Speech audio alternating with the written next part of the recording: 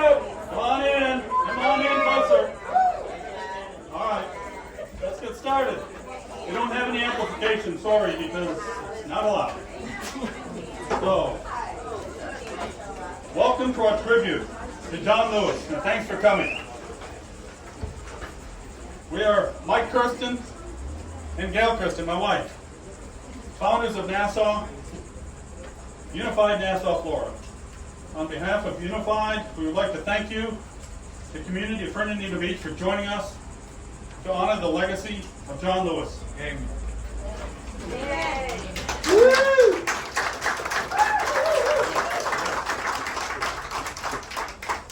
After the speeches, everybody is physically able to, if you want, we're going to do a little march, and we'll follow the guy in the yellow vest, who's going to be over there. Okay. And we'll be going down a second, and then back up across the street and back around. A silent march. So, and we have water over here if anybody gets hot. So, all right.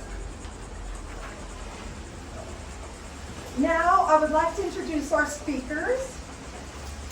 Sheila Koki. She's a passionate community advocate, longtime public servant, and fearless truth teller. A proud resident of Fernandina Beach, Sheila believes in the power of civic engagement, accountability, and protecting the heart of the community. And we are honored to have her speak tonight.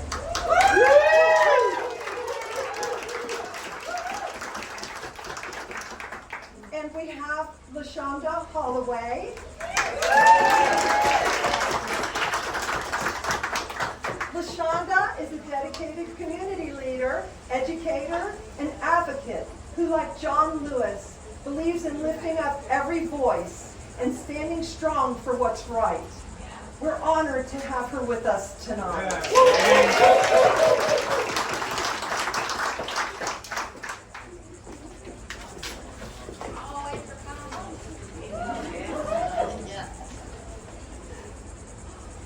Again, thank you all for joining us. Tonight, we gather to speak of liberty and the sacred right to vote. From the founding of this nation, through every hard-won battle to expand democracy, this right has been claimed, hard-won, and a battle to expand democracy. And paid for with sweat, struggle, and sacrifice. The Voting Rights Act of 1965 was a culmination of generations of courage. And we are here tonight to honor a man who gave us everything: his sweat, his tears, and his blood to make that law a reality. Congressman John Lewis. Yes.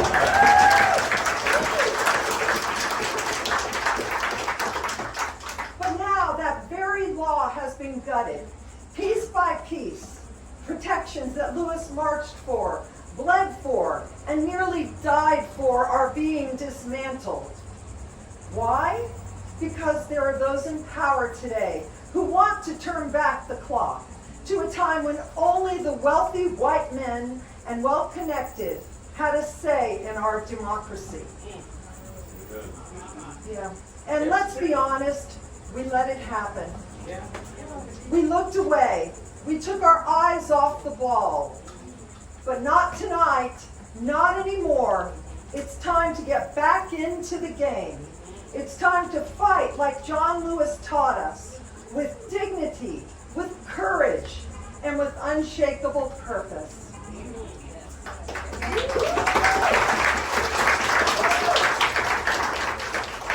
Never ever be afraid to make some noise and get in good trouble, necessary trouble. John Lewis brought all of this together by living the through line, the moral arc that stretches from the Declaration of Independence to modern democracy. He wasn't just a witness to history, he embodied it.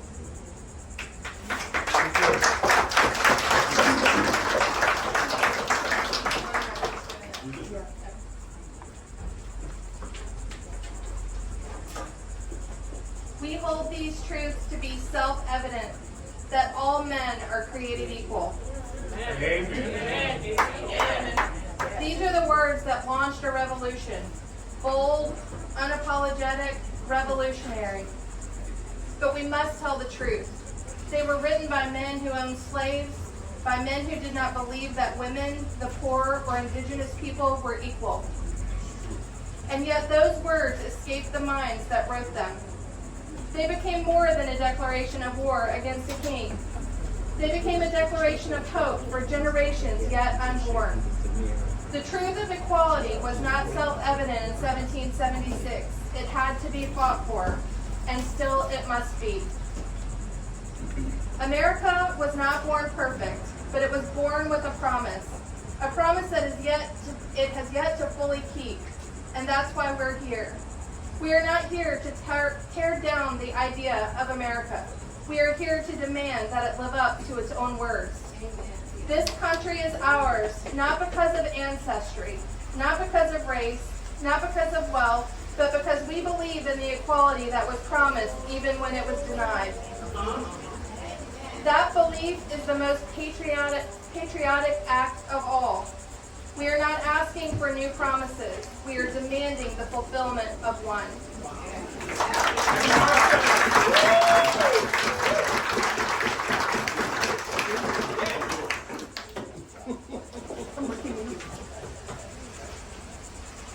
The Reckoning, inspired by Lincoln's Gettysburg Address, 1863.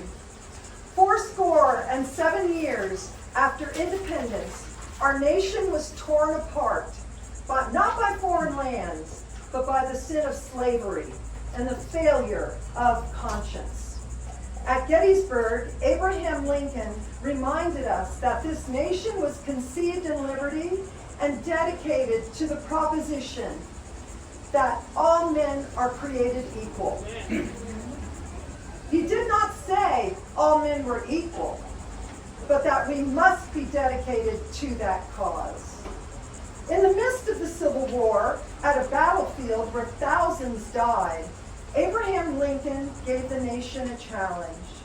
Can a nation dedicated to the proposition that all men are created equal long endure? We are still answering that question.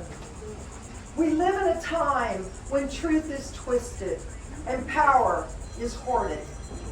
We live in a time when the word freedom is used to justify discrimination and liberty is twisted to excuse injustice. But Lincoln's challenge still stands. Are we truly dedicated to the proposition that all are equal? Because dedication is not about speeches. Dedication is action. Dedication is standing up when it's unpopular. Dedication is injustice even when it's legal. We are the heirs of those who died on that battlefield and in Selma and in Stonewall and in Charlottesville. So today, we dedicate ourselves to the unfinished work. Let our generation say, the proposition lives, the people are ready, and this government of the people, by the people, and for all the people shall not perish.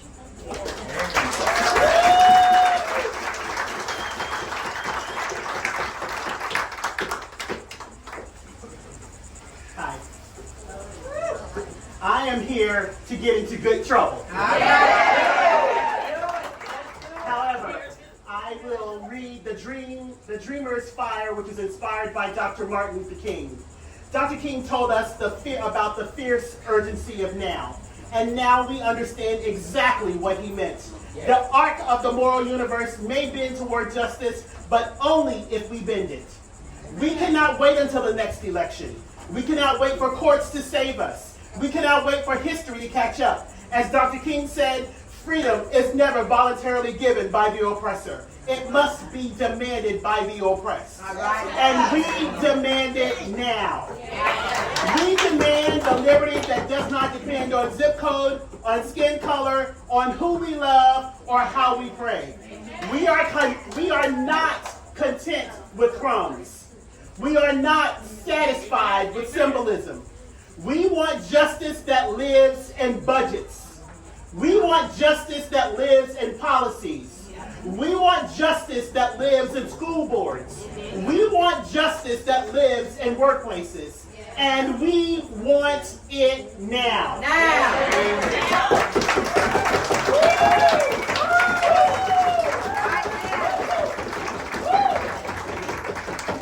Dr. King dreamed of the day when every valley shall be lifted and every hill made low. That is not poetic. That is not political. That is structural. So let us march, not in nostalgia, but in commitment. We are the dreamers. But more than that, we are the builders.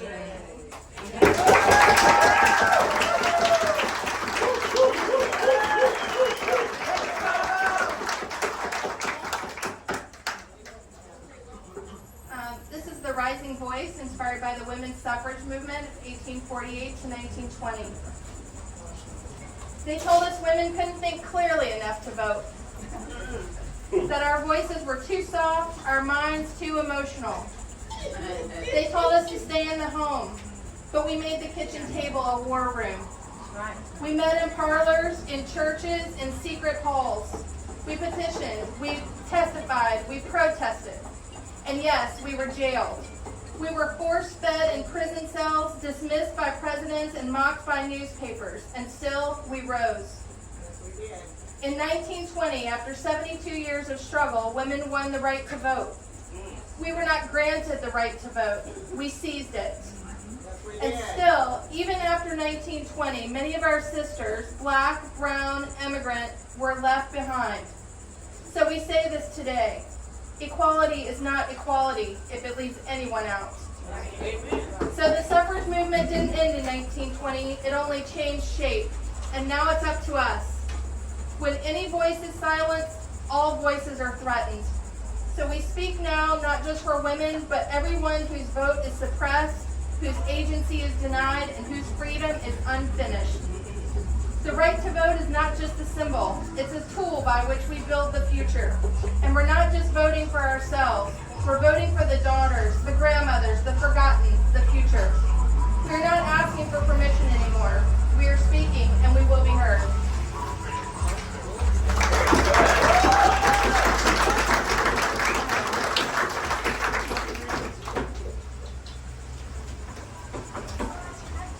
The Good Trouble, inspired by John Lewis. I was beaten on the Edmund Pettus Bridge for daring to believe that black people should be able to vote. I was arrested more than 40 times. I was spit on, cursed, mocked, and still I marched. I marched because I believed in the dignity of every human being. I marched because the vote is sacred. Now, my friends, I ask you, will you stand in the river of history? Will you raise your voice when others are silenced? They are trying to stop us with voter ID laws, with gerrymandering, with polling place closures. But we will not go quietly. I say this to the young people. Do not wait your turn. Find your voice. It is your turn. Get in the way. Make good trouble. You may be called radical, disruptive, unpatriotic. But remember, so was Dr. King. So was Fannie Lou Hamer. So was I. Our democracy is not self-sustaining. It must be defended with our votes, our voices, and our feet. We must redeem the soul of America.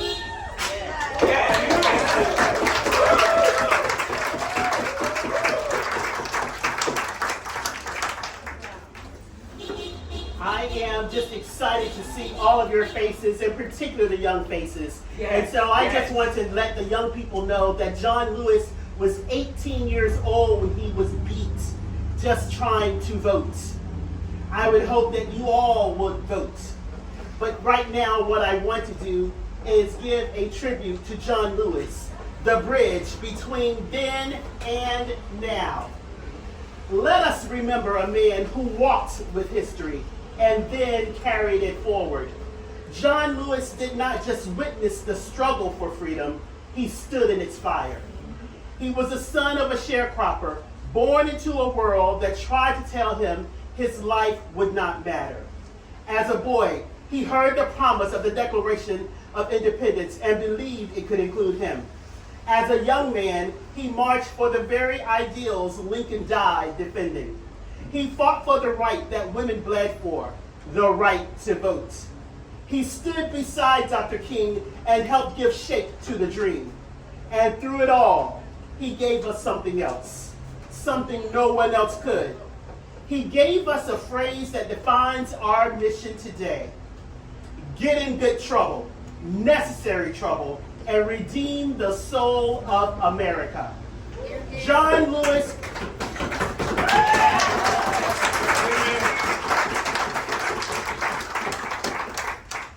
I think I should say that again. Good, get in trouble. Good trouble. Necessary trouble. And redeem the soul of America. John Lewis was the living bridge between past and present, between Selma and today, between struggle and hope. And now that bridge belongs to us. So let us cross it with courage, with love, with unshakable faith in the dignity of every human being. Not for the sake of history,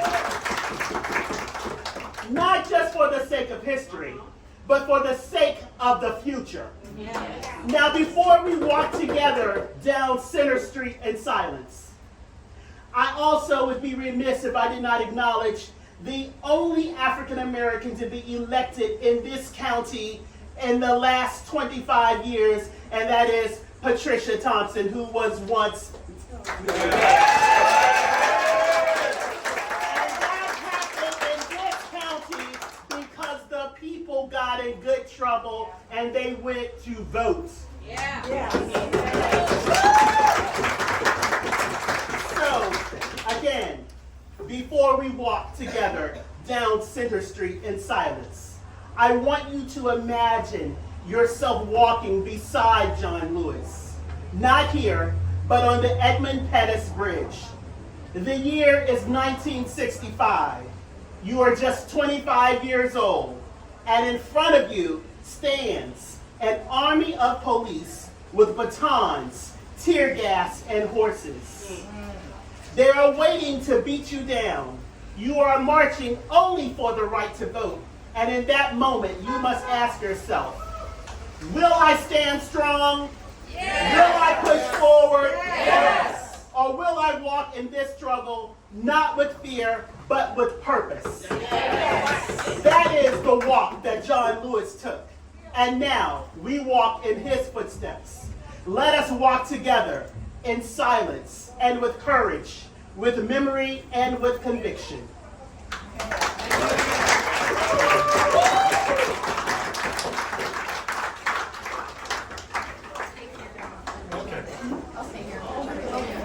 Follow Frank. Mike said just leave it.